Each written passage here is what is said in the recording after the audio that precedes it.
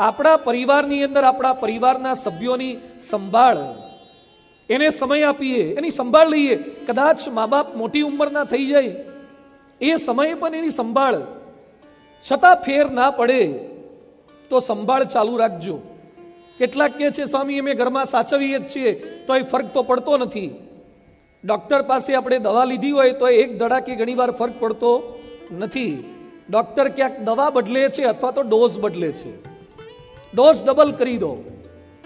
પહેલા 250 ગ્રામ વાળી મિલીગ્રામ વાળી લેતા તો 500 મિલીગ્રામ વાળી દવા લેવાની શરૂઆત કરો. તમારી સંભાળ રાખ રખાવટ ચાલુ રાખો. નાના બાળકોની મમ્મી જમાડતી હોય, સંભાળ લેતી હોય, ત્યારે કેટલાક નાના બાળકો મોઢામાંથી ભોજન પણ કાઢી નાખે છે અને કોળિયા પણ કાઢી નાખે છે. તમે સંભાળ લો છો એ પણ એને ગમતું નથી, છતાં એની માં પાછળ પાછળ ફરીને એના મોઢામાં કોળિયા મૂકે છે, સંભાળ લે છે. નાના બાળકો પથારીમાં સૂતા હોય, શિયાળાનો સમય હોય અને એવા સમયે એને ઓઢ્યું ના હોય તો એ સૂતો હોય તો એની માં કે બાપ એને ઓઢાડે છે. અરે પાટા મારીને કાઢી નાખે છતાં પણ એને ઓઢાડે છે.